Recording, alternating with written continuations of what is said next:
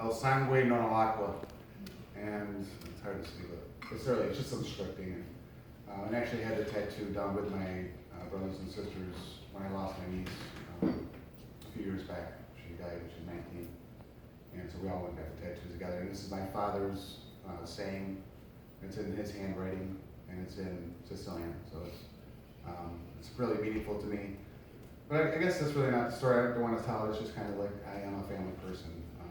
But growing up with my uncle and my father and my brother, and I used to just like cherish any moment that I could possibly have with them. You know, whether it was fishing, whether it was being outside with them, working in the yard, being in the basement, working, fixing a project in the house, going junking on Saturdays, looking for antiques and God knows what.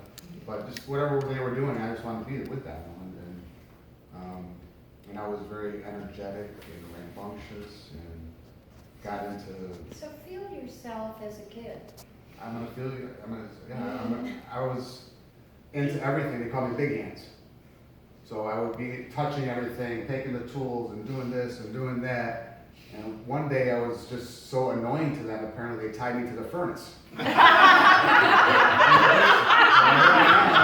my mother was like, "Where's Mark?" Like, my brother like, "Uncle Leo tied him to the furnace." I'm tied, he wouldn't let me go.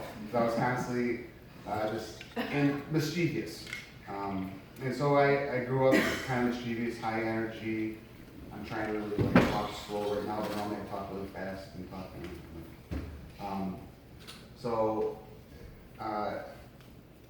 I guess where I'm going with this is that at a young age I fathered a child. I was 17 years old, a junior in high school.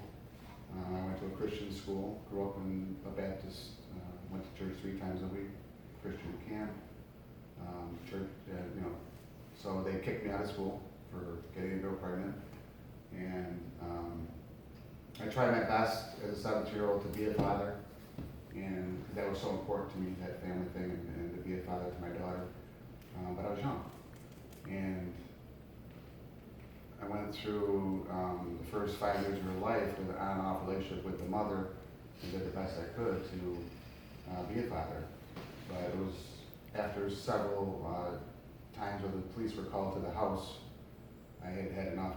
My daughter was just being tormented and being hurt. The last straw for me was that her mother looked at her and said, "Say goodbye to your father. It's the last time you're ever going to see him." And so the hurt in her eyes as a 5-year-old little girl was just overbearing for me. Being that family was everything to me, and I can't imagine not seeing my daughter. So time went by, and I didn't see her again until she was 12.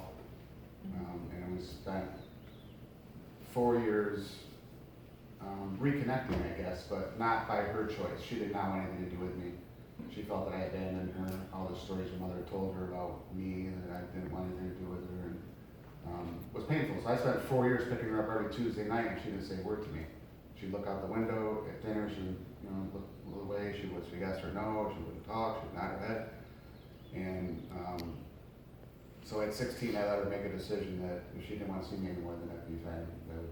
It's not fine with me, but I would let her make that choice. And she chose not to see me at 16. And she got married at 18, and I did not go to the wedding. Did not give her away. I have 2 grandchildren. One is 11, and the other one is 5. And I really was not any part of their life growing up, and it was extremely painful for me. Until just the last few years here, I finally reconnected with her, and she'll be 30 in August now, my daughter.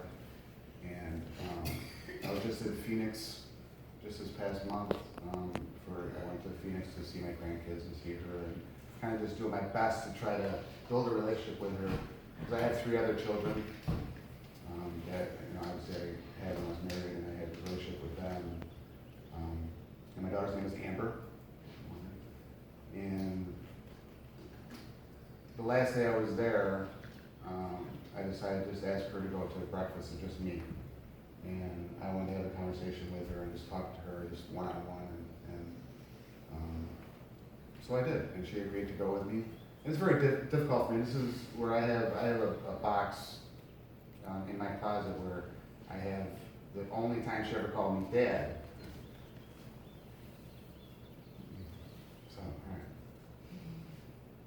was 4. Really, 5 and 4, which I had a thing from school that says dad. I became director. And she never called me dad growing all those years. So I had a conversation with her about, it's time you call me dad, and my grandkids can call me papa. They don't call me nothing. They don't know who this guy is. Who's this guy? This is Mark. But she doesn't know what to say. So I had a really heart-to-heart conversation with her, and I apologized to her for everything that I wasn't there for her. I wanted to be there for her.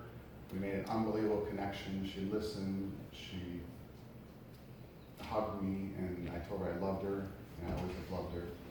And she said she loved me back. And that was the first time.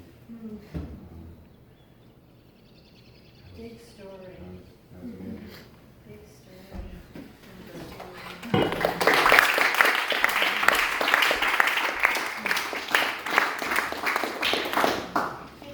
There's something that happened in there, and I didn't want to stop you, but I think it's important for everyone to hear. We don't move fully forward with the story if there's a piece that we're confused about. And when you said something about the police kept coming to the home, if you're going to bring something like that in, we need a specific what was going on to kind of understand so we can move forward with you. Yeah, I wasn't with the mother, and I was with another woman. She was jealous of that, so she would call the police just to harass me, basically saying we weren't watching my daughter. So just to make it difficult on me. Yeah. So Yeah, you're okay. wanting to do you see this if you move into motivational speaking? Do you see this is a big part of your story? Yeah. Yeah. And it's hard to talk about, obviously. You don't like to talk about, I guess I viewed it as a past failure so many years because I'm such a motivated, go-get-it kind of guy where I look at it, I fathered a child at a young age and really wasn't her father, and kind of like a failure type thing. When, it's, and you beat yourself up about it. So I've grown a lot to even be able to talk about it and tell the story about it. But there's just such value in a man being willing to talk about how we perceive our failures and don't give ourselves a break, that kind of situation, what you should have known. There's a big message in there. Because all of us have that. How could I have done this, or what I wish I had known back then? But the beautiful part of it is that it guided your life in a way to keep those relationship lines open so that this could happen. To bring it full circle to a place of healing.